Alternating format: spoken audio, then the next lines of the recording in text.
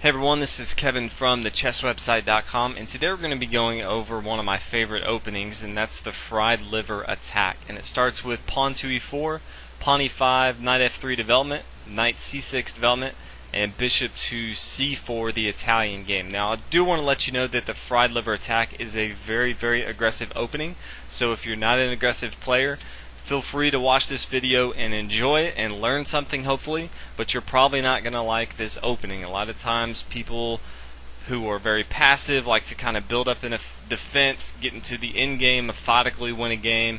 I don't really play like that. I like to attack, and win the game early and as fast as I possibly can. But that's not everyone. So with that said, from here you're really going to see two things. If you see the bishop come down to c5, which is very common, the Gioco piano, you can bring your pawn to b4. And I say this only because this is the Evans Gambit.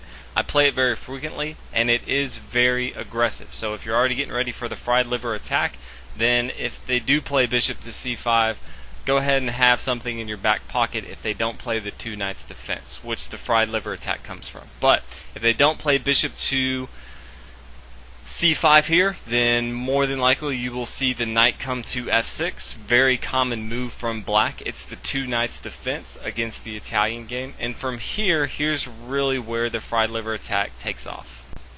White's going to continue with knight to g5, and as you can already see, we're starting to put a lot of pressure on this f7 pawn. As many of you know, the f7 pawn is a key weakness for black, and in the last video we talked about if you play e4, then you're going to have a lot more opportunities to attack this pawn on f7, this square in particular. As you can see here, we already have two of our minor pieces keying down on this f7 square. So black from here more than likely will bring his pawn to d5. This is the main line that you'll see, trying to alleviate some of this pressure, and at the same time he has two defenders against this pawn here, so he's trying to block off this bishop that's eyeing down on this pawn on f7, since we do have an additional defender here with our knight on g5. So from here we're going to take with our pawn. This pawn really does nothing for us in the fried liver attack, so we're just going to go ahead and get rid of it. And the knight's now going to come to d5. Again, he can't bring his queen here because then we would just take his queen, but at the same time he still wants to alleviate some of this pressure against this f7 square, so he needs to take back. And again, we are attacking his knight here on c6. So you're going to see his knight come to d5, and as you can see here, now white has an option that he can choose to do, and that is take on f7, and that's the fried liver attack. And from here, as you can see, that we are attacking not only this queen here on d8, but we're also attacking this rook here on h8. So from here, although I'm not going to say good or bad, black really needs to take this knight on f7 because it's attacking not only this queen but this rook here. So if he doesn't take, then we're going to take one of these pieces. We're going to not only be up this pawn on f7, but we're also going to be up this exchange for either a rook or a queen. And from here, this is where it really gets aggressive, because white's just going to start to throw everything at the king and try to win the game by checkmate early on in the game.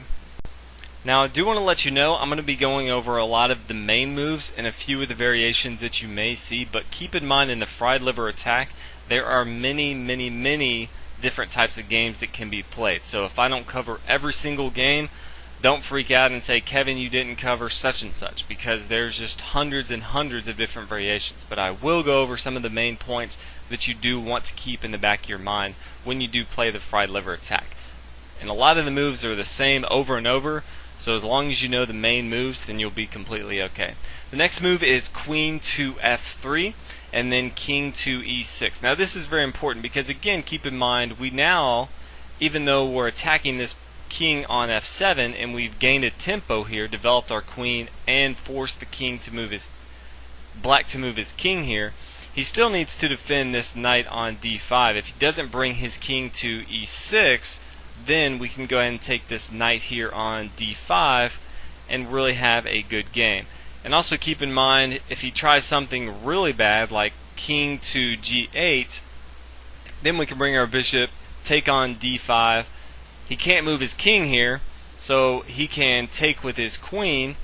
We can take back with our queen, check, but the only move that he has is bishop to e6, and then we take and it's checkmate. So just keep in mind he could make some bad moves if he wanted to, but his best move is going to be e6. The really only other move that I have seen is king to e8, but then keep in mind that we can bring our bishop to d5 take, and he can't take back because our queen here on f3.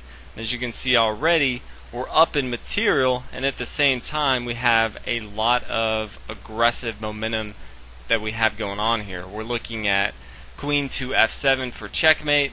Our bishop is still very active, and this is going to be a very good game for white.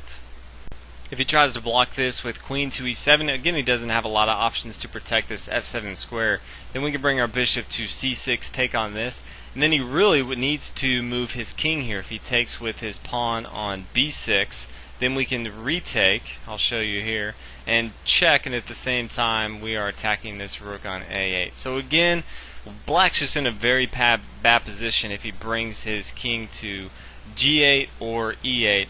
And also if we come back to it, even if he doesn't do that, if he just tries king to e7, well, this is just a really bad spot for him. One, he's going to lose this knight, but at the same time, now he's completely blocked off his bishop, his dark square bishop here on f8. So not only is he going to be down a lot of material, but he can't even develop his pieces. So this is going to be very good for white. But most of what we're going to be talking about today is king to e6, since this is the most common, and this is really what the black king really has to play in order to continue to have a fighting chance.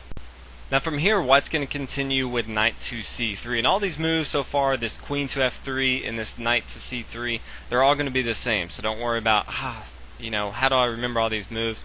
The few beginning moves in the fried liver attack are all the same here. As you can see, this is not only a development move, but this is a strong move because we're only adding more pressure on this knight on d5 and the square in general. And he can't take this knight. He can't even move this knight because it's being pinned down with our bishop here on c4.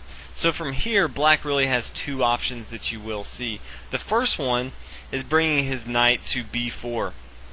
And he's doing two things. He's trying to alleviate some of this pressure on d5 by adding another defender, but at the same time, he's eyeing down this pawn here on c2.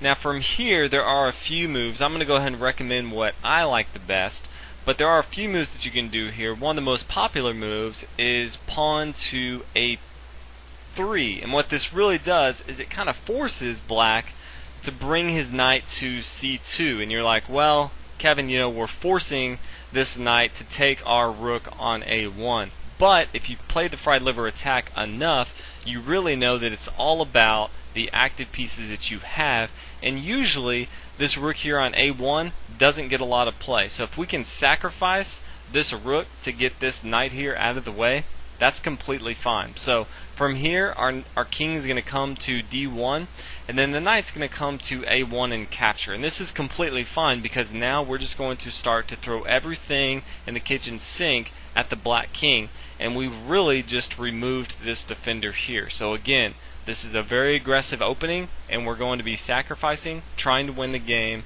early on. Now from here, white's going to continue, and he's going to capture with his knight on d5, really putting his knight in a great spot. At the same time, black really needs to bring his king to d6. He can't bring it along this f-file, but if he doesn't move his king, then we're going to have a discovered attack once we move our knight here. Now from here, white can continue. He really wants to move this pawn on this d file so he can activate his dark square bishop. And this is a great spot for it because this pawn here on e5 is only getting out of our way, and this pawn we don't really care about. We're just mainly focused with our major pieces and our minor pieces here. So after he takes, we can now bring our bishop to f4, attacking, and this is going to be a very easy win from white. The king's out in the middle, and we have all of our pieces attacking the black king.